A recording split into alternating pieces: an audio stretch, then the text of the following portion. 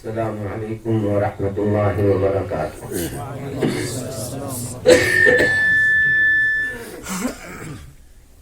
الحمد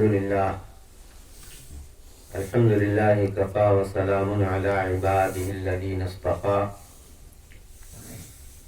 اما بعد فاعوذ باللہ من الشیطان الرجیم، بسم اللہ الرحمن الرحیم۔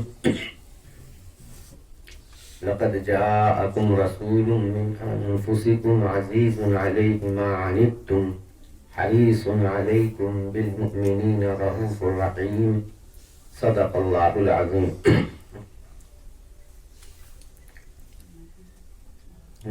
میرے محترم بزرگوں، معزز حضرات علماء کرام، فضلاء اعظام اور عزیز طلباء،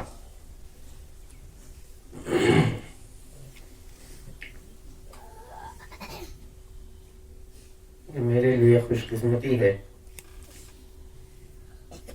کہ آپ حضرات کے درمیان حاضری ہوئی اور یہ دیکھ کر بہت خوشی اور مسرت محسوس ہو رہی ہے کہ یہ مدرسہ اسم بامسمہ جو جامعۃ الصفہ نام ہے، واقعتاً خالی زمین پر چھپر میں یہ مدرسہ چل رہا ہے۔ معلوم نہیں یہ زمین بھی مدرسے کے لیے خریدی ہوئی ہے یا کرائے پر لی ہوئی یا عاریت پر ہے۔ مدرسے کی اپنی زمین ہے، یہ اپنی زمین۔ الحمدللہ، اللہ تعالی مدرسے کی تعمیر کی غیب سے شکل پیدا فرمائے۔ کام اسی طرح ہوتا ہے کہ بے سر و سامانی میں کام شروع کر دیا جاتا ہے، اخلاص کے ساتھ جب کام ہوتا ہے تو اللہ تبارک و تعالی کی مدد و نصرت ہوتی ہے۔ یہ مدرسہ جیسا کہ مجھے معلوم ہوا کہ یہ تخصصات کے لیے، یعنی ابتدا اس کی تخصصات سے ہے۔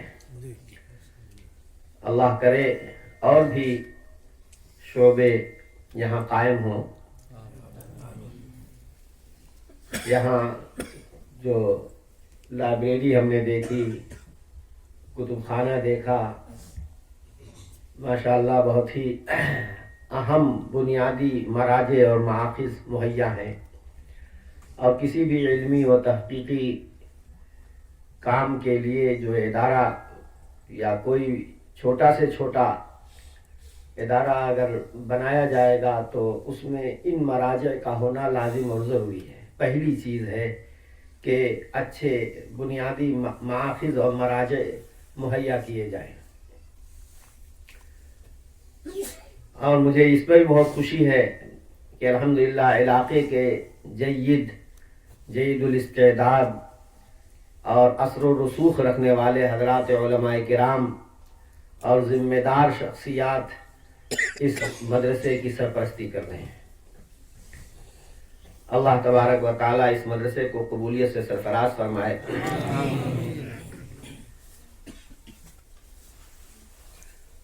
میرے تعارف کے طور پر ہمارے عزیز دوستوں نے یہ بتایا کہ میرا تعلق علوم حدیث سے ہے۔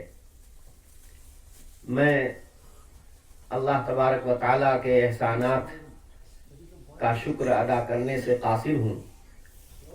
بے شمار احسانات ہیں، ان احسانوں میں ایک یہ بھی ہے کہ اللہ پاک نے علوم حدیث کی طالب علمی کا شرف عطا فرمایا، اور دارالعلوم دیوبند جو ملت اسلامیہ کا دھڑکتا ہوا دل ہے،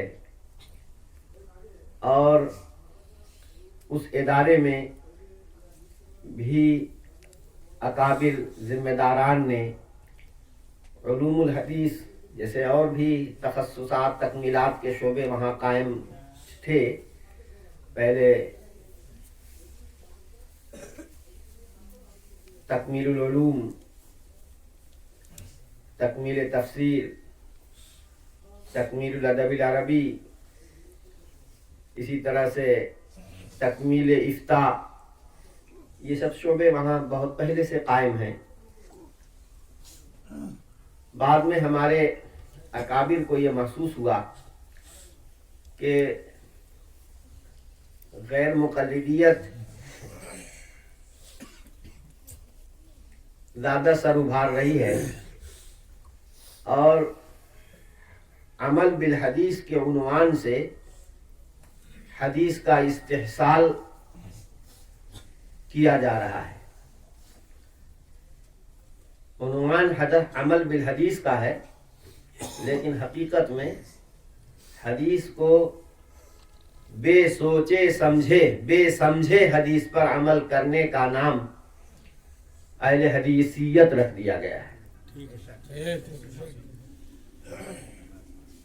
اور حضرات فقہا، پوری امت مسلمہ جو قرآن کریم کے بیان اور قرآن کریم کی تفسیر کے طور پر نبی کریم صلی اللہ علیہ وسلم کی سنت اور نبی پاک صلی اللہ علیہ وسلم کی احادیث اور پوری سیرت کو دیکھتے ہیں، اور قرآن کریم کی مراد کو سمجھنے کے لیے حدیث نبوی کے بغیر،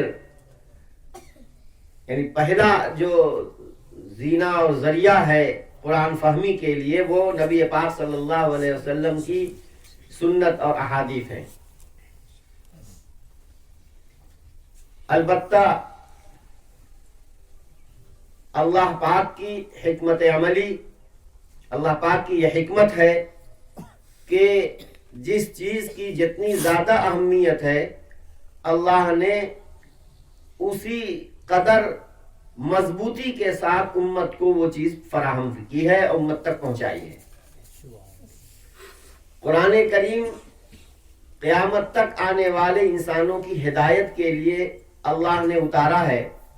اللہ کا کلام ہے، ہر شک و شبہے سے بالا تر ہے، تو اللہ نے اس کی حفاظت کا ایسا غیبی انتظام فرمایا کہ ہر زمانے میں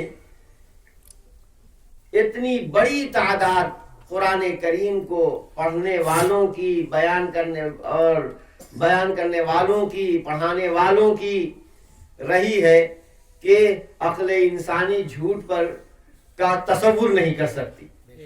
غلطی اور جھوٹ دونوں کا تصور نہیں کر سکتی. نہ غلطی سے کوئی تحریف ہو سکتی ہے اور نہ جان بوجھ کر کے ہو سکتی ہے، کیونکہ اللہ پاک نے صاف طور پر فرما دیا ہے لا یأتیہ الباطل من بین یدیہ ولا من خلفہ تنزیل من حکیم حمید. یہ قرآن کریم یہ حکمت والی قابل تعریف ستودہ صفات ذات عالی کا اتارا ہوا کلام ہے. باطل نہ تو اس کے آگے سے پھٹک سکتا ہے اور نہ اس کے پیچھے سے، یعنی مطلب نہ تو دور نبوی میں اس کے اندر کوئی کمی بیشی ہو سکی ہے اور نہ آگے زمانوں میں کمی بیشی کی جا سکتی ہے. ہر کمی بیشی کی گنجائش سے بالکل بالا اور منزہ ہے. چھوٹے چھوٹے بچے 7 سال کے، 8 سال کے، 9 سال کے، اللہ پاک ان کے سینوں میں قرآن کریم کو محفوظ فرما دیتے ہیں. اسی طرح قرآن کریم جس طرح اترا، جس طرح نبی پاک صلی اللہ علیہ وسلم کو جبریل امین نے پڑھایا اور نبی کریم صلی اللہ علیہ وسلم نے اسی طرح اپنے صحابہ کو قرآن کریم پڑھ کر سنایا، تو یہ پڑھ کر سنانے اور سننے کا سلسلہ نبی پاک جبریل امین سے لے کر کے آج تک امت کے آخری فرد تک یہ جاری ہے، جس کا فائدہ یہ ہے کہ صحیح قرآن کریم پڑھنا امت کے اندر محفوظ رہے. آپ نے دیکھا قاری صاحب نے کتنی شاندار عمدہ تلاوت فرمائی، اور ماشاءاللہ آپ کے ملک بنگلہ دیش کو تو اللہ نے یہ من جملہ اور خصوصیات کے قرآن کریم عمدہ پڑھنے کی خصوصیت بھی عطا فرمائی. مچھلی کھائی جاتی ہے جس کی برکت سے ماشاءاللہ گلا بھی اچھا ہوتا ہے.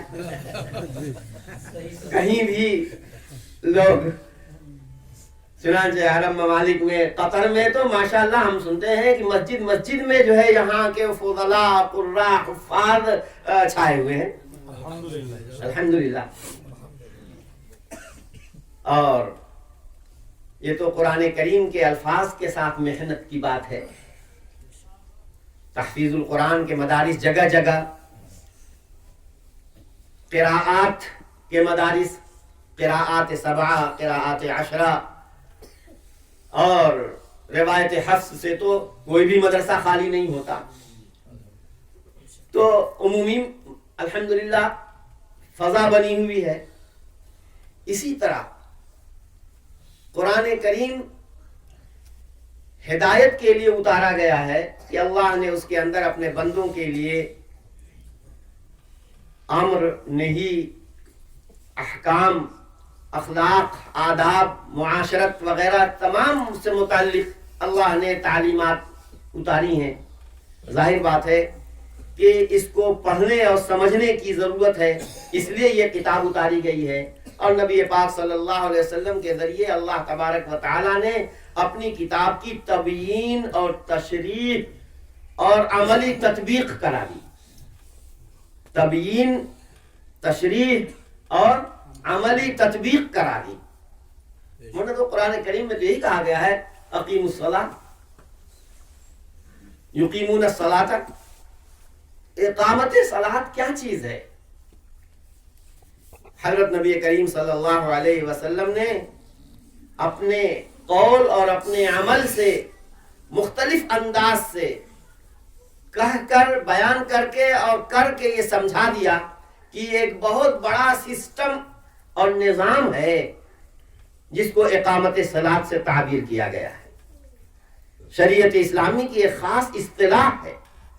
کچھ مخصوص افعال ہیں، ان کی مخصوص ادائیگی کا طریقہ ہے. چنانچہ آپ نے فرما دیا صلو کما رأیتمونی اصلی، میں فریضہ نماز کو ادا کر کے دکھاتا ہوں، جیسے مجھے نماز پڑھتے ہوئے دیکھو اس کی نقل اتارو. حضرات صحابہ رضی اللہ عنہم نے نبی کریم صلی اللہ تعالی علیہ وسلم کی نماز کی نقل اتاری. کوئی ایک حدیث ایسی تو نہیں ہوگی کہ جس میں تکبیر تحریمہ یا اور جو شرائط نماز کے ہیں ان سب سے لے کر کے سلام پھیرنے تک کے تمام اعمال بالتفصیل مذکور ہوں. کسی حدیث میں کسی خاص جز کو اہمیت سے بیان کیا گیا، دوسری حدیث میں دوسرے خاص جز کو اہمیت سے بیان کیا گیا.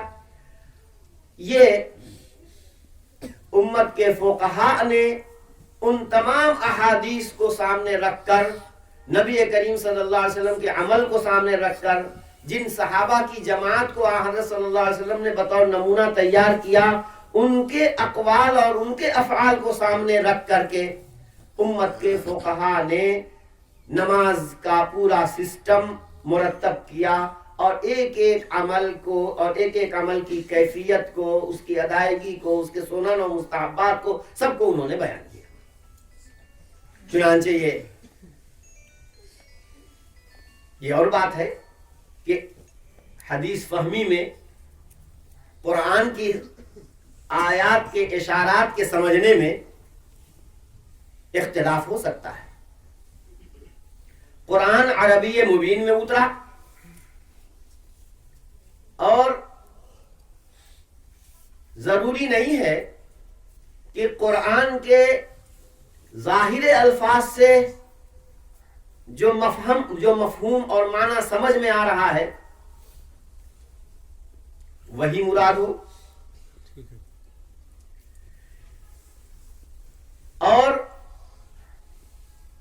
ظاہر الفاظ سے جو معنی اور مفہوم سمجھ میں آ رہا ہے وہ بھی معمول بھی ہی ہو اور اس کے بھی ہم مکلف ہوں، لیکن اس کے ظاہر کے علاوہ اس کی دلالت سے، اس کے اشارے سے اور بھی کچھ چیزیں سمجھ میں آتی ہیں، اس کی طرف اشارہ ہوتا ہے. سب کے بس کی بات نہیں ہے کہ وہ ان اشاروں کو اور ان دلالتوں کو سمجھ لیں.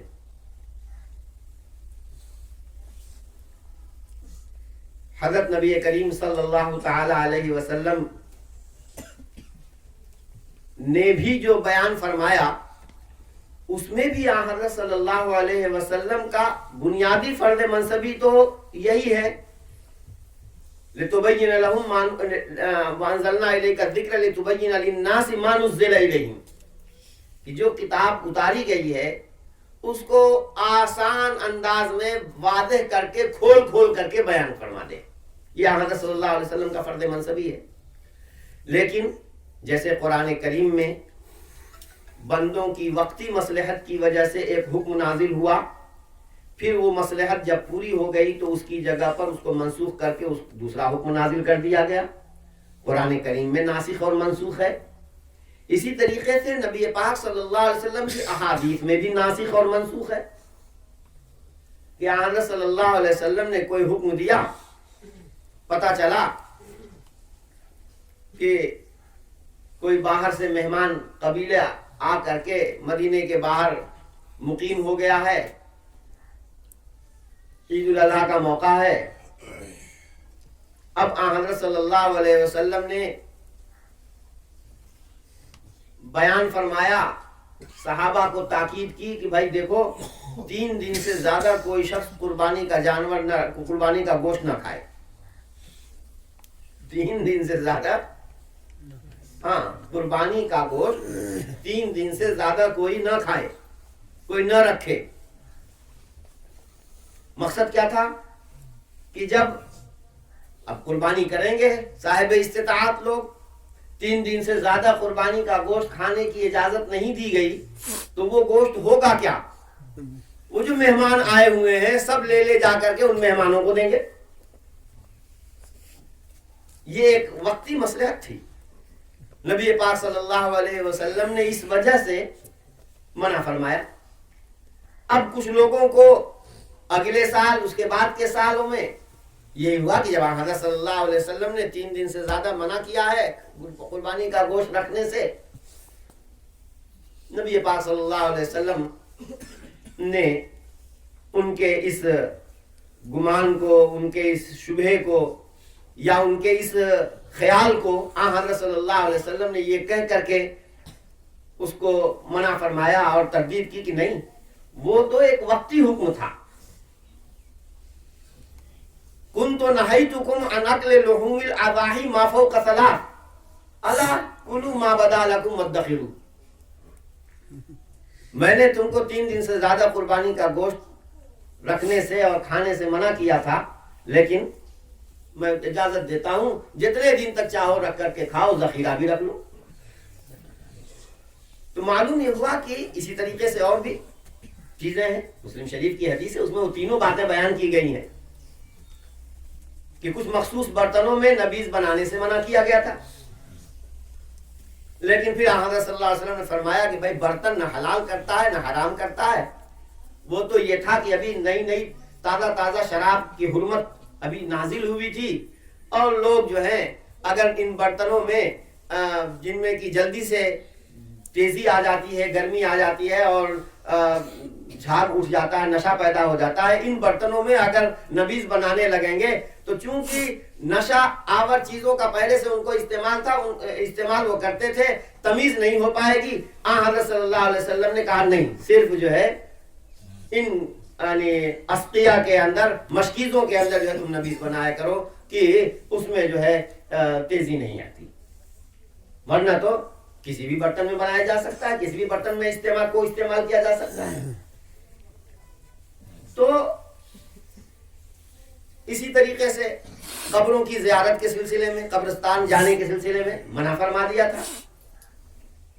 حضرت صلی اللہ علیہ وسلم نے كنت نهيتكم عن زیارت القبور الا فزوروها فانها تذکر الاخرہ، میں نے قبروں کی زیارت سے تم کو منع کر دیا تھا، اب میں الاؤ کرتا ہوں، اجازت دیتا ہوں، اس میں فائدے بھی ہیں کہ آخرت کی یاد آتی ہے۔ تو اس طریقے سے اور بھی بہت سے مسائل ہیں کہ پہلے منع تھا پھر اجازت دے دی گئی، یا پہلے اجازت تھی بعد میں منع کر دیا گیا۔ تو آخر اچھا، اور ایسا بھی ہے کہ نبی کریم صلی اللہ علیہ وسلم کے بعض باتیں یا بعض افعال ایسے ہیں جو ذات رسالت کے ساتھ مخصوص ہیں۔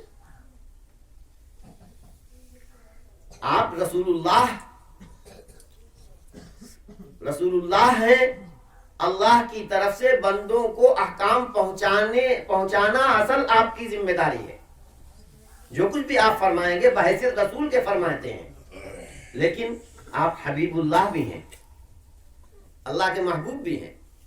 اللہ تعالیٰ نے کچھ اسپیشل طور پر کچھ ایسی اجازتیں، ایسی سہولتیں حضرت صلی اللہ علیہ وسلم کو دی ہیں کہ امت کے کسی بھی فرد کو وہ سہولتیں حاصل نہیں ہیں۔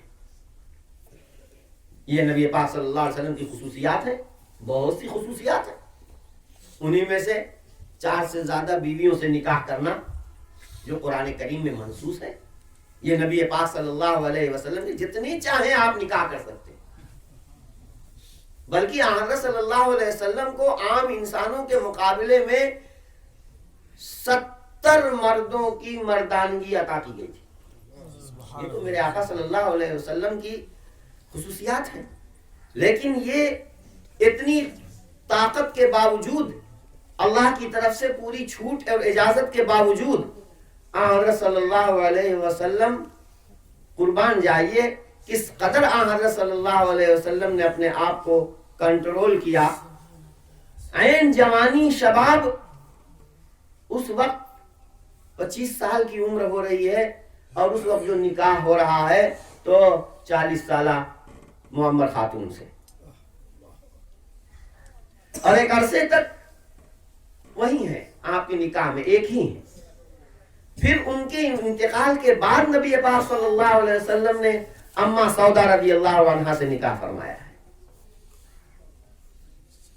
اور کنواری جو حضرت صلی اللہ علیہ وسلم کے ازواج مطہرات میں ہے وہ صرف اما عائشہ رضی اللہ تعالی عنہ ہے۔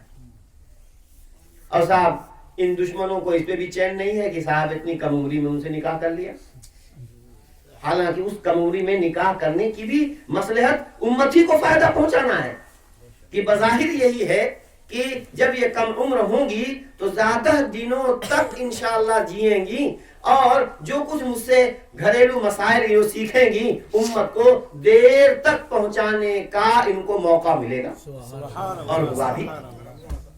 اما عائشہ صدیقہ رضی اللہ عنہا کے ذریعے سے ازواج مطہرات، بلکہ تمام خواتین میں سب سے زیادہ نبی پاک صلی اللہ علیہ وسلم کی احادیث امت تک پہنچانے کا شرف اما عائشہ رضی اللہ عنہا کو۔ تو قرآن کریم سمجھا نہیں جا سکتا ہے حدیث کے بغیر۔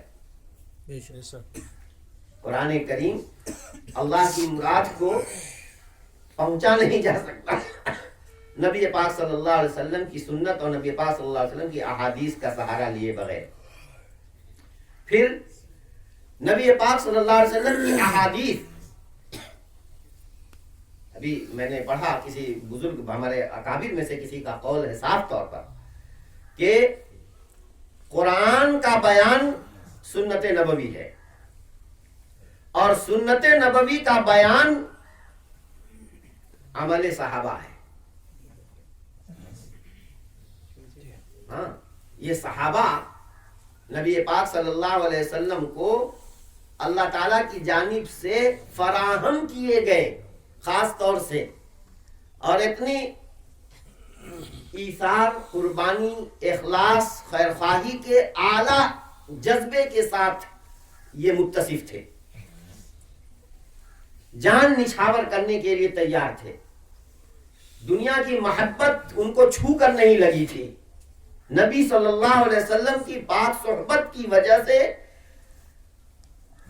وہ انتہائی درجے کے دین کے سلسلے میں غیور اور خوددار تھے. اشداء علی الکفار رحماء بینہم، یہ ان کی صفت بیان فرمائی گئی. نبی پاک صلی اللہ علیہ وسلم کی ارشادات اور نبی پاک صلی اللہ علیہ وسلم کے افعال کی حقیقت کو سمجھنا اور صحیح مرتبہ اور صحیح درجہ دینا، یہ صحابہ ہی کے بس کی بات تھی، وہی اس بات کو سمجھ سکتے تھے. اس لیے میرے آقا مدنی صلی اللہ علیہ وسلم کی نبوت کو قیامت تک کے لیے چونکہ اللہ کو باقی رکھنا ہے، اس لیے نبی کے اس دنیا سے جانے کے بعد ایک اچھا خاصا 30 سال کا وقفہ ایسا دیا گیا جو نبوت اور عام مسلمانوں کے درمیان تمہید کا کام دے، مشترکہ حد فاصل کا کام دے، جس کو نبوت سے بھی مناسبت ہو اور عام مسلمانوں کے بدلتے ہوئے حالات کے مزاج سے بھی ان کو اچھی طریقے سے سمجھ ہو. چنانچہ یہ خلافت راشدہ جو خلافت راشدہ ہے، یہ در حقیقت میں یہ تو نہیں کہتا کہ خلافت یعنی کچھ نبی پاک صلی اللہ علیہ وسلم پر احکام اترنے میں کم رہ گئے تھے جو خلفائے راشدین نے مکمل کیا، یہ تو نہیں کہا جائے گا، لیکن یہ ضرور کہا جائے گا کہ بہت سی باتوں کو سمجھانا نبی کے ذریعے سے ممکن ہی نہیں تھا. وہ اللہ تبارک و تعالیٰ نے خلفائے راشدین کے ذریعے سے امت کو سمجھایا، خلافت راشدہ کے ذریعے سے امت کو سمجھایا گیا ہے. حضرت نبی پاک صلی اللہ علیہ وسلم کی حیات مبارکہ میں جب تک آپ موجود ہیں قرآن کا نزول جاری ہے، اور آخر لمحے تک، زندگی کے آخری لمحے تک نزول قرآن کا امکان ہے. اس لیے یہ ہو ہی نہیں سکتا تھا کہ نبی پاک صلی اللہ علیہ وسلم اپنی حیات میں جتنا قرآن اتر چکا ہے اس کو 2 دفتیوں کے درمیان اکٹھا ایک مجموعے میں جمع کرا دیں. کیوں؟ اگر جمع کرا دیتے، لکھوا دیتے، لکھوایا تو لکھوانے کا تو اہتمام کیا، لیکن وہ لکھا ہوا لکھنے والے صحابہ کے پاس، ازواج مطہرات کے پاس، کچھ نبی پاک صلی اللہ علیہ وسلم کے پاس، مختلف لوگوں کے پاس ہے. ایک جگہ رکھنے کا اہتمام نہیں کیا گیا. لکھوانے کا تو اہتمام کیا گیا، لیکن ایک جگہ رکھنے کا اہتمام نہیں کیا گیا. اب اگر حضرت صلی اللہ علیہ وسلم قرآن کریم کو جمع کرا دیتے تو یہ اشکال ہوتا. بعد میں اگر کوئی اور آیت اترتی اس میں وہ آیت نہ ہوتی تو لوگ تو یہی کہتے نا کہ یہ تو اس مجموعے میں ہے نہیں، یہ اس صحیفے سے باہر ہے، لہذا یہ کلام اللہ نہیں ہے. یہ ممکن ہی نہیں تھا. جب نبی پاک صلی اللہ علیہ وسلم اس دنیا سے تشریف لے گئے اور پھر اس کے بعد جنگ یمامہ ہوئی، بہت زیادہ قرہ صحابہ کام آ گئے، شہید ہو گئے، تو حضرت عمر رضی اللہ تعالی عنہ کو تو مقام نبوت سے، وحی سے بہت مناسبت تھی نا. انہوں نے اصرار کر کے خلیفہ اول حضرت ابو بکر صدیق رضی اللہ تعالی عنہ پر اصرار کر کے کہ نہیں، قرآن کو ایک جگہ جمع کروا دیجئے. وہ کہتے میں کیسے وہ کام کروں جس کو نبی صلی اللہ علیہ وسلم نے نہیں کیا. لیکن جب بار بار فرق کہا تو ان کو بھی شرح صدر ہو گیا، اور پھر ان دونوں حضرات نے کہا یہ کام کون کرے گا. حضرت زید بن ثابت رضی اللہ تعالیٰ عنہ کو بلوایا گیا اور ان کے ذریعے سے یہ کام کرایا گیا. حضرت زید بن ثابت رضی اللہ عنہ نے بھی کہتے قسم خدا کی اگر مجھ سے یہ کہتے کہ احد پہاڑ کھود کر کے دوسری جگہ منتقل کر دو تو یہ شاید زیادہ آسان ہوتا میرے لیے بنسبت اس کام کے جس کام کو انہوں نے مجھ سے کرنے کو کہا. انہوں نے بھی یہی کہا کہ وہ کام آپ ایسے کریں، کیسے کریں گے جو رسول اللہ صلی اللہ علیہ وسلم نے نہیں کیا. لیکن اللہ کو ان حضرات خلفاء کے ذریعے سے قرآن کریم کو ایک صحیفے میں جمع کرانا مقصود. سنت خلفاء راشدین حجت ہے. اگر خود سنت خلفاء راشدین حجت نہیں ہوگی، نہیں مانیں گے، تو قرآن ہی سے ہاتھ دھونا پڑ جائے گا.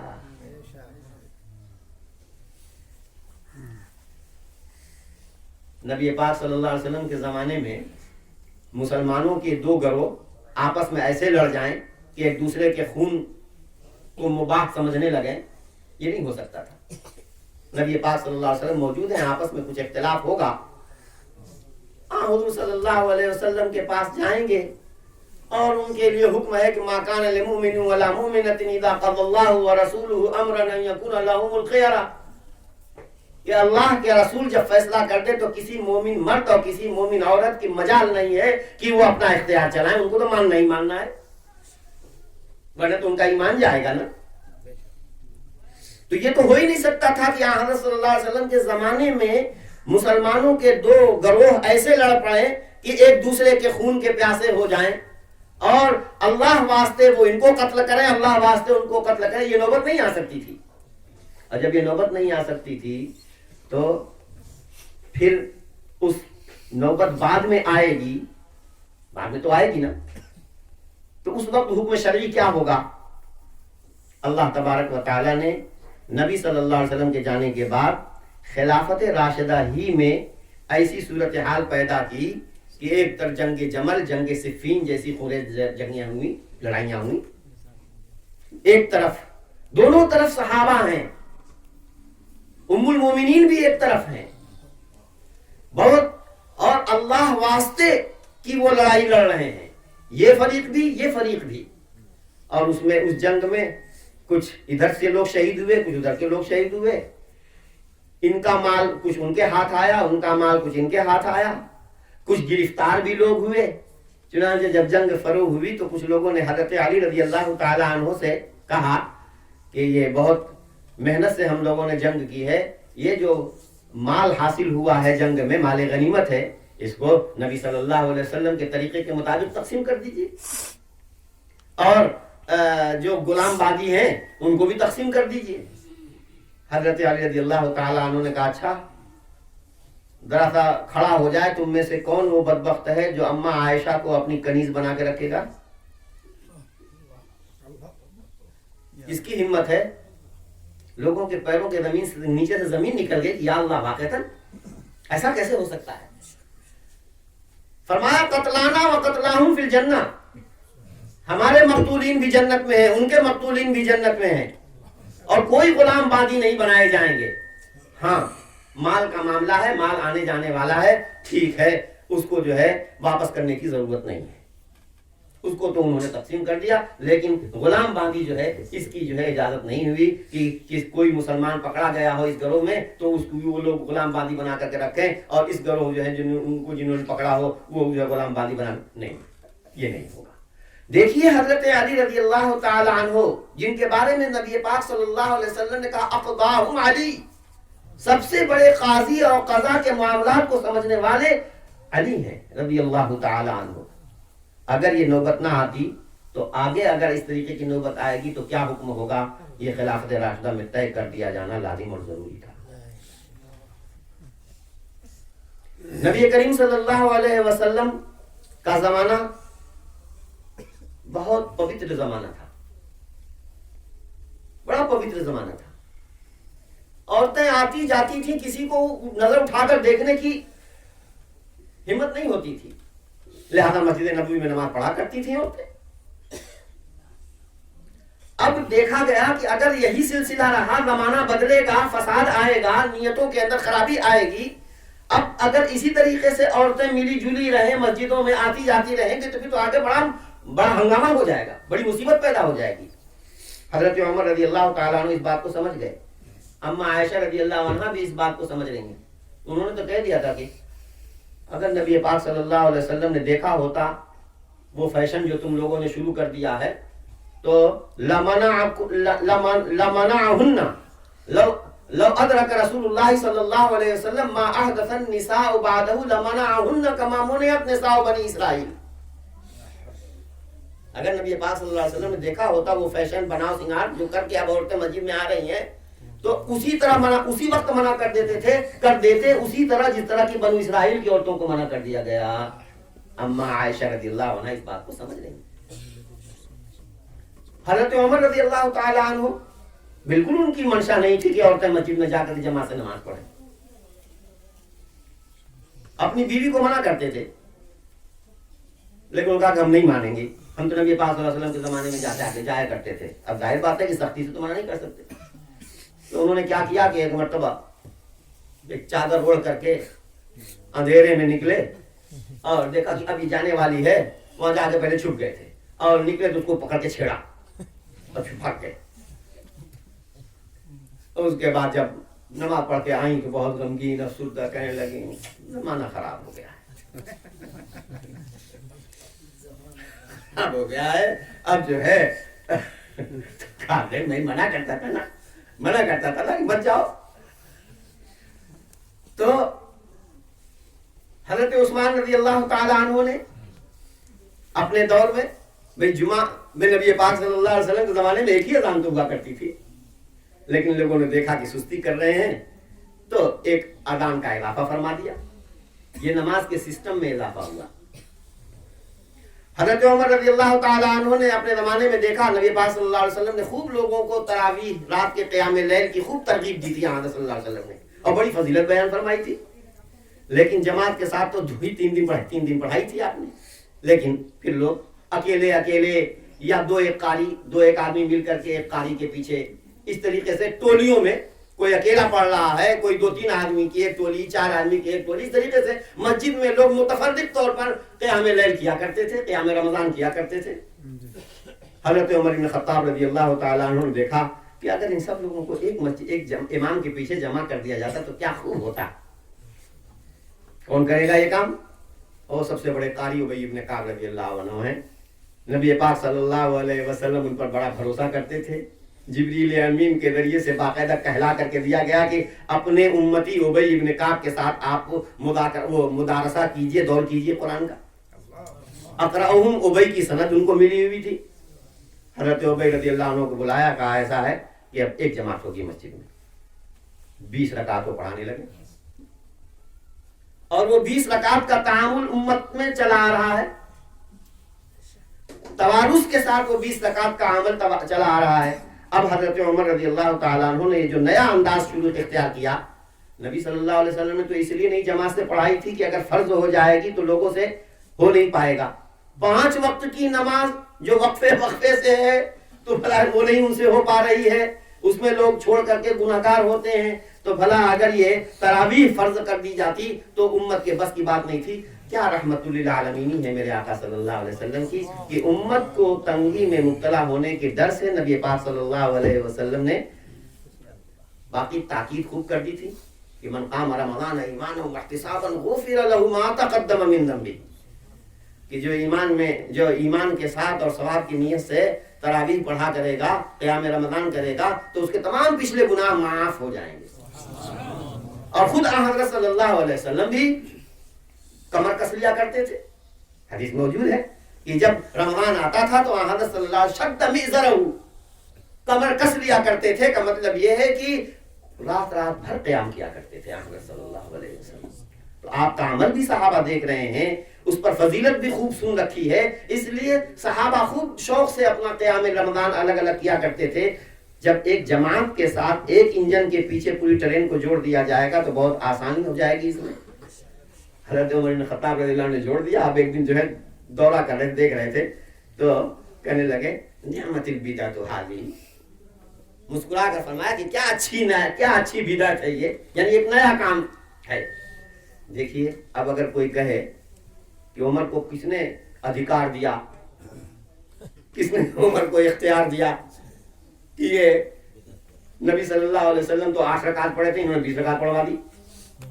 نبی صلی اللہ علیہ وسلم کے زمانے میں تو لوگ منتشر طور پر تیتر بیتر پڑھا کرتے تھے, انہوں نے سب کو اکٹھا کر دیا. کیا ان کو حق پہنچتا ہے؟ ان کو حق اللہ نے دیا ہے, نبی نے بھی نہیں. کس نے؟ اللہ نے دیا ہے. سبحان اللہ. قرآن کریم کی اس آیت پر آپ غور کیجئے. سورہ حج میں اللہ تعالیٰ فرماتے ہیں مہاجرین کے سلسلے میں کہ ان مہاجرین کو ان کے گھر سے نکالا گیا اور ان کو آزمائش میں مبتلا کیا گیا, وہ ہے اس میں یہ کہا گیا ہے الذین ان مکناہم فی الارض اقاموا الصلاة وآتوا الزکاة وامروا بالمعروف ونہوا عن المنکر. یہ وہ مقدس جماعت ہے مہاجرین کی. حضرت شاہ ولی اللہ محدث دہلوی رحمۃ اللہ علیہ نے ازالۃ الخفا میں اس بات کو بیان کیا ہے.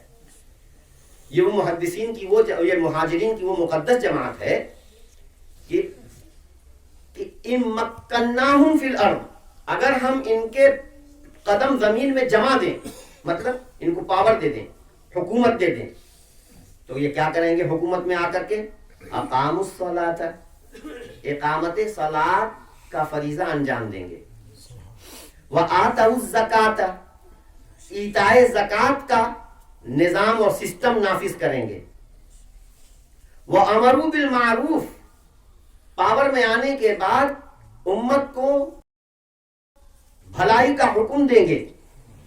وَنَهَوْا عَنِ الْمُنْكَرِ، اور برائیوں سے روکیں گے. شاہ ولی اللہ رحمۃ اللہ علیہ فرماتے ہیں کہ اللہ پاک نے صراحتاً فرما دیا کہ یہ نبی کے مان بعد جو لوگ حکومت میں آئیں گے وہ خدائی جماعت ہوگی.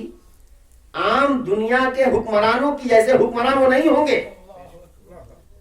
نماز قائم کریں گے، ادائیگی زکوٰۃ کا نظام بنائیں گے، امت کو نیکیوں کا حکم دیں گے، برائیوں سے روکیں گے. یہ اللہ نے پیشگی ان کی تعریف کر دی ہے.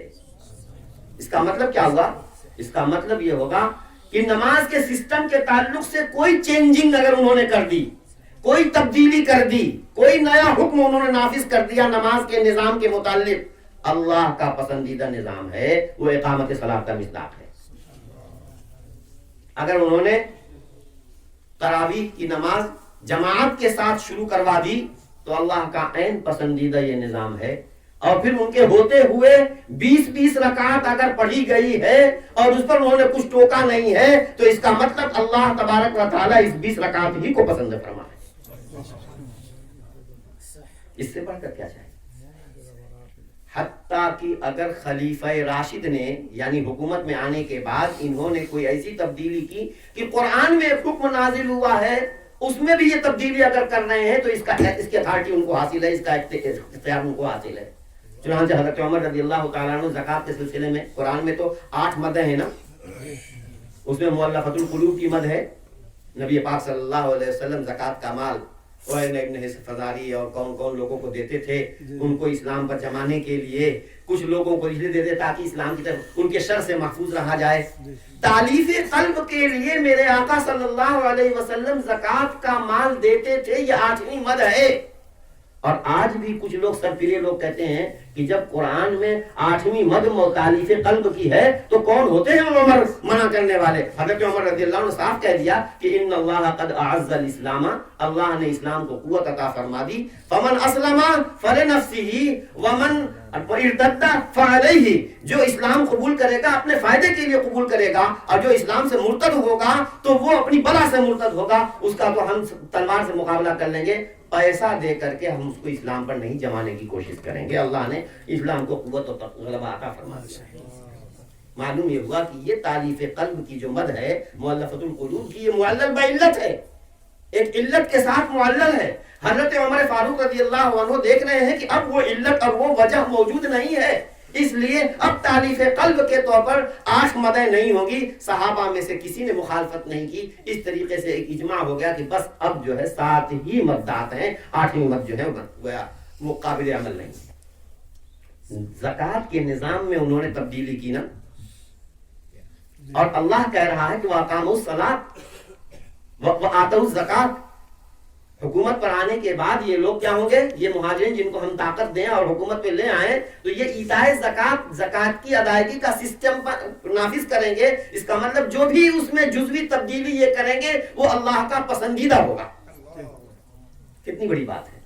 اور قرآن میں چونکہ نماز اور زکوٰۃ کو ایک ساتھ بیان کیا گیا، عموماً کیا جاتا ہے، تو ان دونوں کا تو ذکر کیا گیا. باقی دین کے کسی بھی شعبے کے تعلق سے، دین کے کسی بھی شعبے کے تعلق سے اگر انہوں نے کوئی نیا آرڈیننس جاری کیا ہے، چاہے نبی صلی اللہ علیہ وسلم کے زمانے میں نہیں رہا ہو، وہ امر بالمعروف کے قبیل سے ہے.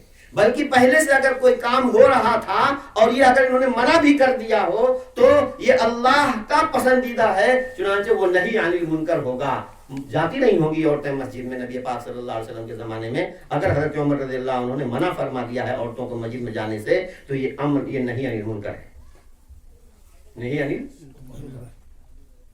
اور کچھ لوگوں کو حدیث سمجھنے کا، حدیث پر عمل کرنے کا بڑا شوق رہتا ہے نا، سمجھتے نہیں ہیں. یکمن علم را دہمن عقل باعث. بعض روایتوں کو لے کر کے ایسا پکڑ لیتے ہیں جیسے معلوم ہوتا ہے کہ یہی اصل سنت ہے. اب حضرت ابن عباس رضی اللہ عنہ کی ایک روایت ہے، کانت الصلاۃ تشعل علی عہد رسول اللہ صلی اللہ علیہ وسلم واحدہ. ابو صحابہ کی ابن عباس سے روایت ہے، تو اس میں انہوں نے کہہ دیا کہ نبی صلی اللہ علیہ وسلم کے زمانے میں اور حضرت ابوبکر رضی اللہ عنہ کے زمانے میں اور حضرت عمر رضی اللہ عنہ کے ابتدائی زمانے میں 3 طلاق ایک قرار دے دی جاتی تھی. حضرت ابن عباس رضی اللہ عنہ کہتے ہیں ہاں آئے تو ہے. تو اب یہ حدیث ان کو سمجھ، ان کو لے کر پکڑ کے بیٹھ گئے. حالانکہ حدیث کی جتنی روایات ہیں ان سب کو دیکھا جائے گا تو صاف پتہ ہوگا کہ یہ ایک مخصوص صورتحال کے متعلق ہے. علامہ کشمیری رحمۃ اللہ علیہ تو کہتے ہیں کہ روایات کی روشنی میں اس کا مطلب یہ ہے کہ 3 کی گنجائش تھی، لیکن حضرت کے زمانے میں، حضرت ابوبکر رضی اللہ عنہ کے زمانے میں لوگ 3 دیتے ہی نہیں تھے. یعنی کانت الطلاقات یعنی ثلاثاً، طلاقات ایک ہی طلاقیں دی جاتی تھیں 3 کی جگہ پر. 3 کی گنجائش تھی لیکن کوئی 3 نہیں دیتا تھا، عموماً ایک ہی دیا کرتے تھے. اور روایات کی بنیاد پر یہ بھی ہے کہ مطلقہ جو کہ غیر مدخول بیاہ ہے، جس کی ابھی شوہر کے پاس جو نہیں گئی ہے، اس کو اگر شوہر طلاق دے دیتا تھا انت طالقن انت طالقن انت طالقن 3 مرتبہ کہہ کر کے، تو وہ ایک ہی سے بائنہ ہو گئی. اس کے بعد پھر دوست کی گنجائش ہی نہیں تھی. الغرض وہ ایک دوسری صورت کے متعلق ہے، اور حدیث کو سمجھنے کی کوشش اگر کی جائے تو بالکل اس کا یہ مطلب نہیں نکلتا کہ لوگ جو ہے 3 دیتے تھے اور اس کو 1 مانتے تھے. لیکن نہیں صاحب، اب ہم کہتے ہیں کہ چلو مان لیا کہ 3 دے کر کے 1 ہی مانتے تھے. حضرت عمر رضی اللہ عنہ نے اب جب کہہ دیا صحابہ کی موجودگی میں کہ بھائی اب تو ہم نافذ کریں گے، اب تو ہم 3 کو 3 نافذ کریں گے، اور کیا تو اب اس کا مطلب یہ ہوگا کہ یہ کرنا ان کا منکر سے روکنے کے لیے ہے. سمجھ رہے نا؟ اس آیت کریمہ سے یہ سمجھ میں آیا کہ ٹھیک ہے مانا کہ پہلے 3 طلاق دے کر کے لوگ 1 مانا کرتے تھے، حالانکہ بالکل غلط ہے یہ. لیکن اگر مان لیا ہم نے کہ ایسا ہو تو اب نبی حضرت عمر رضی اللہ تعالیٰ عنہ نے 3 کو 3 قرار دے دیا اور امت نے اس کو تسلیم کر لیا، کسی نے نکیر نہیں کی، تو یہ عین اللہ کا پسندیدہ ہے اور یہ ان کا عمل منکر سے روکنے کی خاطر ہے. میں یہ کہہ رہا ہوں کہ خلافت راشدہ کے بغیر کو درمیان سے نکال کر کے ڈائریکٹ کوئی حدیث کو سمجھنے کی کوشش کرے گا تو گمراہ ہوگا، گمراہ کرے گا. جس طرح قرآن کو سنت کے بغیر سمجھنے کی جو کوشش کرے گا وہ گمراہ ہوگا، گمراہ کرے گا، اسی طرح سے سنت نبوی کو سمجھنے کی کوئی شخص خلافت راشدہ کو بیچ میں سے ہٹا کر کے اگر سمجھنے کی کوشش کرے گا تو گمراہ ہوگا اور گمراہ کرے گا. حضرت نبی پاک صلی اللہ علیہ وسلم کی تمام احادیث تمام صحابہ کے پاس نہیں تھیں. تمام صحابہ حضرت صلی اللہ علیہ وسلم کی مجلس میں ہر وقت نہیں ہوتے تھے نا. ارے دیکھا نہیں حضرت عمر رضی اللہ تعالیٰ عنہ خلیفہ ثانی، انہوں نے اپنے انصاری پڑوسی کے ساتھ معاملہ کر لیا تھا، ایک دن تو جائے ایک دن میں. وہ جس دن جاتا تھا جو کچھ حضرت صلی اللہ علیہ وسلم فرماتے تھے، وہاں جو کچھ ہوتا تھا آ کر کے ان کو بتاتے تھے، اور یہ جب ہوتے تھے تو حضرت صلی اللہ علیہ وسلم کے یہاں کی کارگزاری آ کر ان کو بتاتے. تمام صحابہ کے پاس تمام حدیثیں نہیں ہوتی تھی. بہت دفعہ ایسا ہے، حضرت انس بن مالک رضی اللہ عنہ کہتے ہیں ما کل ما نحدثکم سمعناه عن رسول اللہ صلی اللہ علیہ وسلم، ما کل ما نحدثکم عن رسول اللہ صلی اللہ علیہ وسلم سمعناه منه ولكن لم يكن يكذب بعضنا بعضا. ہم تو جھوٹ جانتے ہی نہیں تھے کہ کیا ہوتی ہے. بہت باتیں تو ہم دوسروں سے سنتے تھے اور اس کو ڈائریکٹ حضرت صلی اللہ علیہ وسلم کی طرف منسوخ کر کے ہم بیان کر دیا کرتے تھے، کیونکہ نہ ہم جانتے تھے کہ جھوٹ کیا ہوتا ہے، جھوٹ کیا بلا ہوتی ہے، جھوٹ سے آشنا تھے ہی نہیں ہم. تو میرے بھائیو، میں یہ کہنا چاہتا ہوں کہ نبی پاک جب حضرت صلی اللہ علیہ وسلم کی تمام حدیثیں تمام صحابہ کے پاس نہیں تھیں، تو یہ ہم سے غیر مقلدین کہتے ہیں نا کہ ارے بھائی جب صحابہ کی تعریف اتنی تم کرتے ہو، قرآن نے تعریف کی ہے اور تم حدیث بھی پیش کرتے ہو بِأَيِّهِمْ اقتدیتم یا وغیرہ وغیرہ، تو پھر تقلید ہی کرنی ہے تو صحابہ کی کیوں نہیں تقلید کر لیتے؟ ابو حنیفہ اور شافعی اور مالک کی کیوں تقلید کرواتے ہو؟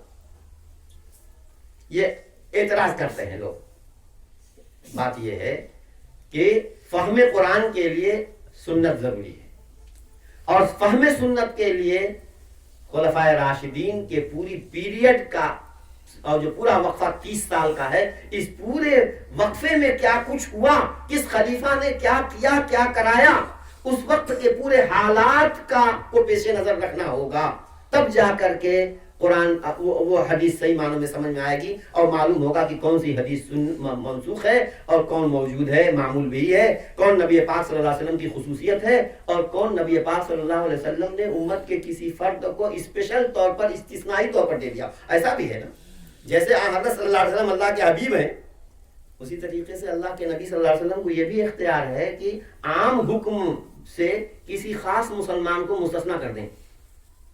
بھئی اشہدوا ذوی عدل منکم، 2 عادل شخص کو گواہ بناؤ، فاستشہدوا شہیدین من رجالکم، حکم ہے نا 2 گواہ۔ لیکن صاحب خزیمہ ابن ثابت رضی اللہ عنہ کی خوش نصیبی کہ ان کی ایک ادا صلی اللہ علیہ وسلم حضرت صلی اللہ علیہ وسلم کو اتنی پسند آ گئی کہ ان کے لیے فرما دیا کہ سب کے لیے تو 2 گواہ ضروری ہیں۔ عام افراد جو ہیں کسی معاملے میں گواہی دینی ہوگی تو 2 چاہیے، لیکن خزیمہ ابن ثابت اگر کسی معاملے میں اکیلے گواہی دیں گے تو وہی کافی۔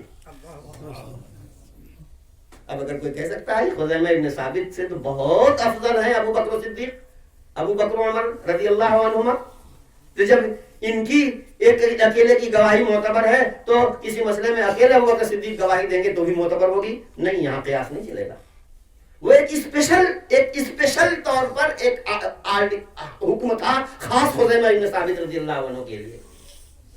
بات سمجھے؟ تو حدیث سمجھنے کے لیے یہ سب چیزیں سمجھنی ہوتی ہیں۔ حضرت انس رضی اللہ عنہ کے چچا قربانی انہوں نے کر لی، پہلے وقت سے پہلے، نماز پڑھنے سے پہلے قربانی کر لی، اور جب انہوں نے پوچھا تو کہا کہ میں نے تو پہلے قربانی کر لی۔ اب ان کا دل رکھنے کے لیے حضرت صلی اللہ علیہ وسلم نے کہا اچھا ہے تمہارے پاس کچھ؟ کہا وہ 6 مہینے سے چھوٹا بچہ ہے، کہا تم وہی قربانی کر لو۔ عام لوگوں کے لیے تو جو معیار ہے وہی رہے گا، لیکن اس خاص واقعہ جزیہ میں نبی پاک صلی اللہ علیہ وسلم نے حضرت انس کے چچا کو 6 مہینے سے کم عمر کے بچے کو قربانی کرنے کی اجازت دے دی۔ 6 مہینے کے بچے کو، سال بھر سے کم عمر، سال بھر سے کم 6 مہینے کے بچے کو قربانی کرنے کی اجازت دے دی۔ تو یہ جیسے کچھ احکام حضرت صلی اللہ علیہ وسلم کے ساتھ خاص ہیں، اسی طریقے سے خود حضرت صلی اللہ علیہ وسلم نے امت کے بعد افراد کے تعلق سے بھی کچھ استثنائی احکام دیے ہیں، وہ شریعت اور قانون نہیں بنیں گے۔ ان سے اگر کوئی استدلال کر کے اگر کرنا لگے تو پھر یہی ہوگا کہ تو پھر تو 4 سے زیادہ 5 10 شادیاں بھی کر لو تم بھی۔ بلکہ نواب نور الحسن نے لکھ بھی دیا ہے، جب حدیث پر عمل کرنے کا شوق بڑا شباب پر ہوتا ہے اور اللہ کی توفیق شامل حال نہیں ہوتی ہے تو اسی طریقے کی غلطیاں ہوتی ہیں مضحکات و مبکیات کے قبیل سے۔ وہ کہتے ہیں کہ نبی صلی اللہ علیہ وسلم کے لیے یہ کوئی خصوصیت نہیں ہے، بلکہ جو ہے جو خصوصیت کے طور پر پیش کی جاتی ہے وہ صریح نہیں ہے، اس لیے نبی کا ہر قول اور ہر فعل امت کے لیے نمونہ ہے۔ لہذا جب حضرت صلی اللہ علیہ وسلم نے 4 سے زیادہ ازواج کو بیک وقت اپنے نکاح میں رکھا ہے تو امتیوں کے لیے بھی جائز ہے۔ یہی سب ہوگا۔ اللہ کی توفیق جب اٹھ جاتی ہے تو پھر آدمی کہاں سے کہاں پہنچ جاتا ہے کچھ نہیں کہا جا سکتا۔ اللہ تبارک و تعالیٰ کو اپنے دین کی حفاظت منظور ہے۔ میں یہ کہنا چاہتا تھا، بات زیادہ ہو گئی، میں صرف یہ کہنا چاہ رہا ہوں کہ جس طرح سے قرآن کی حفاظت اللہ نے کرائی ہے، سنت کی بھی حفاظت کرائی ہے، لیکن سنت کی حفاظت قرآن کی طرح سے اگر متواتر طریقوں پر کرا دی جاتی نا، بڑا مشکل مسئلہ پیش آ جاتا۔ پھر تو سب کو ماننا پڑتا. اختلاف کی وجہ سے جو گنجائش ہو رہی ہے اخبار احاد کی وجہ سے، کسی کے نزدیک یہ خبر ثابت ہے، کسی کے نزدیک یہ ثابت نہیں ہے. جس کے نزدیک ثابت ہے وہ اس پر عمل کرتا ہے، جس کے نزدیک ثابت نہیں ہے وہ عمل نہیں کرے گا. حضرات فقہاء مجتہدین تو سنت کے ثبوت کے سلسلے میں شرطیں رکھی گئی ہیں. ان شرطوں کے بارے میں بھی اختلافات رکھے گئے ہیں کہ 5 شرطیں حدیث کی صحت کے لیے ضروری ہیں یا ان میں سے ایک آدھی شرط نہیں ہوگی تب بھی کافی ہوگی. تو یہ قرآن فہمی، حدیث فہمی، اور پھر حدیث فہمی کے لیے حدیث کے ثبوت کا اطمینان ضروری ہے. اور حدیث کے ثبوت کے لیے جو شرطیں ہیں ان شرطوں کو سمجھنا، پھر ان شرطوں میں سے کون شرط مضبوط درجے کی ہے کہ چھوڑی نہیں جا سکتی، اور کون سی شرط اتنی مضبوط نہیں ہے کہ وہ چھوڑی بھی جا سکتی. مثال کے طور پر سند کا اتصال، کہ قرون ثلاثہ مشہود لا بالخیر میں اگر مثلا صحابی وہ تابعی قال رسول اللہ کہے، تبع تابعی قال رسول اللہ کہے، ارسال ہو گیا، یا اپنے مروی عنہ کو چھوڑ کر کے درمیان میں تو یہ انقطاع سند ہو گیا. تو قرون ثلاثہ کا انقطاع حنفیہ اور مالکیہ کے ہاں کوئی مضر نہیں ہے، لیکن شافعیہ، حنابلہ اور محدثین کے ہاں قرون ثلاثہ کا انقطاع بھی مضر ہے. تو یہ سب چیزیں گنجائشیں ہیں. بہت دفعہ ایسا ہوتا ہے کہ یہ غیر مقلدین ہمارے علماء کو، ہمارے فاضل کو مضبوط صحیح دلیل ہونے کے باوجود بھی ضعیف ہے ضعیف ہے ضعیف ہے کہہ کر کے بیچارے کو خاموش کر دیتے ہیں. کہتے ہیں کہ یہ حدیث ضعیف ہے، یہ حدیث ضعیف ہے. مولانا طاہر صاحب گیا بھی ایک ہیں، اللہ ان کو صحت عطا فرمائے، بہت بیمار ہیں. وہ کہتے تھے کہ ضعیف ہے تو کیا ہوا، ضعیف ہو گیا، باپ ضعیف ہو گیا تو گھر میں سے نکال دو گے، باپ ضعیف ہو گیا تو گھر میں سے دھکا دے کے نکال دو گے. بھئی ضعیف ہے تو ضعیف کا احترام کیا جائے گا. ہاں البتہ جو ہے ہی نہیں، موضوع ہے، فراڈ ہے، تو اس کا تو اعتبار نہیں ہے. لیکن ضعیف حدیث کا احترام توارث کے ساتھ امت کے درمیان رہا ہے. ارے بھائی امام شافعی رحمۃ اللہ علیہ کا ایک مسئلہ ہے کہ سترہ قائم کرنا تو متفق علیہ مسئلہ ہے. اب اگر سترہ ڈنڈا نہ پائے آدمی تو ایک حدیث میں ہے کہ فَلْيَخُطَّ خَطًّا، آگے ایک لکیر کھینچ لے، زمین پر لکیر کھینچ لے. تو اب ظاہر ہے کہ حنفیہ بھی یہی کہتے ہیں کہ اس لکیر کھینچ لینے سے گزرنے والے کو کیا پتہ چلے گا، اس لکیر سے تو کچھ پتہ نہیں چلے گا نا. مقصد تو سترہ ہے کہ گزرنے والے کو روکنا، اس لکیر سے کوئی فائدہ نہیں، اور وہ حدیث ضعیف ہے. تمام محدثین فرماتے ہیں کہ مضطرب ہے اور اس اضطراب کی وجہ سے وہ قابل عمل نہیں ہے. لیکن امام شافعی رحمۃ اللہ علیہ فرماتے ہیں کہ ہاں ضعیف تو ہے لیکن دل کے بہلانے کو غالب یہ خیال اچھا ہے، کم سے کم سنتوش تو ہو جائے گا کہ چلو سترہ نہیں ملا، لکیر میں نے کھینچ لی ہے، اگر کوئی گزرے گا بھی تو جو ہے شیطان میرے پر اثر نہیں کرے گا، تو اتنا تو فائدہ مسلی کو تو ہوگا. تو ضعیف حدیث کو باوجود کہ متفق علیہ ضعیف ہے، ابواب احکام تک میں حضرات فقہاء نے قبول فرمایا ہے. یہ صرف کوئی حنفیہ ہی نہیں، شافعیہ نے بھی قبول کیا ہے، مالکیہ نے بھی قبول کیا، پر عمل کیا ہے، اور حنفیہ نے بھی عمل کیا ہے. ماشاءاللہ یہ ہمارا جو شعبہ تخصص فی الحدیث ہے، تخصص فی الفقہ ہے، اس میں انہی امور پر مشق کرائی جاتی ہے ہمارے بچوں کو. اور جب سے یہ حدیثی بیداری ہمارے طبقے کے اندر آئی ہے، سارے غیر مقلدین اب دم دبا کر کے جو ہے بھاگ گئے. اب ان کو ہمت نہیں ہوتی ہے کہ ہمارے فاضل کے سامنے آ جائے، مولانا احمد عبداللہ نجیب صاحب کے سامنے آ کر کے بات کر لیں، ان کی بس کی بات نہیں ہے. ان کے ایک فاضل سے بھی وہ بھاگیں گے کہ اچھا یہ وہاں پڑھ رہا ہے جامع الصفا میں، چلو کنارے جائے، اسے بات کرنے کی بات بیکار ہے. تو یہ ضروری ہے، وقت کا تقاضا ہے. میری بات لمبی ہو گئی، بہرحال آپ حضرات یہاں تشریف لائے ہیں، میں مبارکباد دیتا ہوں مولانا کو بھی اور ان چھاتروں کو بھی جو یہاں پڑھ رہے ہیں، اور ان مربیان کو بھی جو اس کی سرپرستی کر رہے ہیں، حضرات علماء جو سرپرستی کر رہے ہیں. یہ وقت کی ضرورت ہے. امت کے اندر دیکھیے جہاں تک ہو سکے، من احیا سنتی عند فساد امتی فلہ اجر 100 شہید. امت کے بگاڑ کے وقت میں جو امت کی اصلاح کی کوشش کرے گا اور سنت کو زندہ کرے گا، 100 شہیدوں کا اس کو اجر ملے گا. سنت کے نام پر سنت کو بگاڑا جا رہا ہے. سنت کا نام لے لے کر کے سنت کی حق تلفی کی جا رہی ہے۔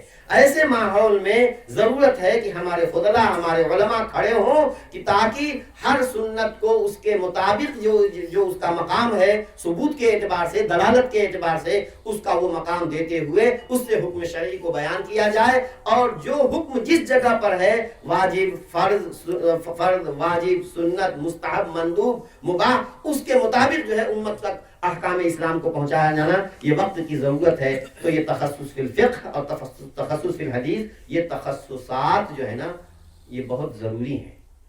سارے لوگ سارا کام نہیں کر سکتے۔ تخصص کا تو حکم اللہ نے دیا ہے، تخصص قائم کرو، اللہ نے کہا ہے۔ کیسے؟ وَمَا كَانَ الْمُؤْمِنُونَ لِيَنْفِرُوا كَافَّةً فَلَوْلَا نَفَرَ مِنْ كُلِّ فِرْقَةٍ مِّنْهُمْ طَائِفَةٌ لِيَتَفَقَّهُوا فِي الدِّينِ۔ سارے مومنین نہیں نکل سکتے، سارے مومنین نکل کر کے مدرسوں میں داخلہ نہیں لے سکتے، سب کی اپنی اپنی ضرورتیں ہیں۔ وہاں تو جہاد کی بات ہے، اور جہاد میں جو صحابہ نکلتے تھے تو بڑا ان کو علم حاصل ہوتا تھا۔ نبی صلی اللہ علیہ وسلم کی صحبت میں اتنے غزوے میں رہ کر کے بہت کچھ وہ لے کر کے گھر لوٹتے تھے۔ تو سارے لوگ تو نہیں نکل سکتے، لیکن ایسا کیوں نہ ہو کہ ہر بڑی جماعت میں سے ایک چھوٹی جماعت منتخب ہو تاکہ وہ دین کو گہرائی سے حاصل کرے، لیتفقہوا فی الدین۔ اور جب وہ دین کی اچھی سمجھ پیدا کر لے گی تو جا کر کے وَلِيُنذِرُوا قَوْمَهُمْ إِذَا رَجَعُوا إِلَيْهِمْ، اپنی قوم کو جا کر کے جو ہے وہ ڈرائیں جبکہ اپنے قوم کے پاس جائیں کہ یہ جائز ہے، یہ ناجائز ہے، یہ باطل ہے، یہ غلط ہے، یہ صحیح ہے، تاکہ وہ امت کو بتائیں اور امت کو جو ہے صحیح رہنمائی کریں۔ تو قرآن کریم نے اس بات کا حکم دیا ہے۔ عام طور سے جو ہمارے مدارس کا نصاب ہے فضیلت تک، اس نصاب سے وہ فوائد حاصل نہیں ہو پا رہے ہیں، اس لیے ہمارے اکابر نے بہت سوچ سمجھ کر کے یہ تخصصات کے شعبے قائم کرائے ہیں تاکہ جن کے پاس وقت ہو، ذہانت ہے، صلاحیت ہے، ان کی صلاحیتوں کو اور نکھار دیا جائے اور امت کے لیے جو ہے مختلف انداز سے اچھے اچھے علماء تیار ہو جائیں۔ اللہ سبحانہ و تعالیٰ اس سلسلے کو بابرکت بنائے اور ہم سب کو اپنے دین کی خدمت کے لیے قبول فرمائے۔ وآخر دعوانا الحمدللہ رب العالمین۔ کوئی اگر سوال ہو تو اللهم صل على سيدنا مولانا محمد وعلى آل سيدنا مولانا محمد كما تحب وترضى عدد ما تحب وترضى اللهم إنك عفو كريم تحب العفو فاعف عنا اللهم إنا نسألك علما نافعا وعملا متقبلا ورزقا طيبا ولسانا ذاكرا وقلبا خاشعا شفاء من كل داء اللهم انفعنا بما علمتنا وعلمنا ما ينفعنا وزدنا علما اللهم انفعنا بما علمتنا وعلمنا ما ينفعنا وزدنا علما اللهم إنا نسألك الصحة والعفة والأمانة وحسن الخلق والرضا بالقدر ربنا هب لنا من أزواجنا وذرياتنا قرة أعين واجعلنا للمتقين إماما۔ اے اللہ تو اپنے فضل و کرم سے ہماری گناہوں کو معاف فرما، مولا مغفرت فرما ہماری، ہمارے والدین کی، ہمارے گھر خاندان سے جو اس دنیا سے چلے گئے اللہ ان سب کی مغفرت فرما۔ اے اللہ جن کی مغفرت آپ نے فرما دی ان کے درجے بلند فرما۔ اے اللہ آپ کا پاک دین اور آپ کا پاک علم اور آپ کا پاک نام آپ کے جن بندوں کے واسطے سے ہمیں ملا ہے مولا سب کو جزائے خیر عطا فرما۔ مالک جو موجود ہے ان کے عمروں میں برکت فرما، جو اس دنیا سے چلے گئے ان کی مغفرت فرما، ان کے درجہ بلند فرما، ان کی روحانیت ہماری طرف متوجہ فرما۔ اے اللہ اس مدرسے کو قبول فرما، اے اللہ اس مدرسے کو قبولیت سے سرفراز فرما، اس کی ضروریات کا غیب سے انتظام فرما، اس کو مرجعیت عطا فرما۔ یہاں جو لوگ محنت کر رہے ہیں مولا ان کے ساتھ اپنی توفیق شامل حال فرما۔ ہر لحظہ ہر لمحہ آپ کی توفیق ہمارے ساتھ اگر رہے گی تو ہم سے کچھ بن پائے گا۔ اے اللہ ہر لحظہ ہر لمحہ اپنی توفیق ہمارے اوپر شامل حال فرما دیجئے۔ ربنا آتنا فی الدنیا حسنہ وفی الآخرۃ حسنہ وقنا عذاب النار وصلی اللہ تعالی علی خیر خلقہ محمد وآلہ وصحبہ اجمعین برحمتک یا ارحم الراحمین۔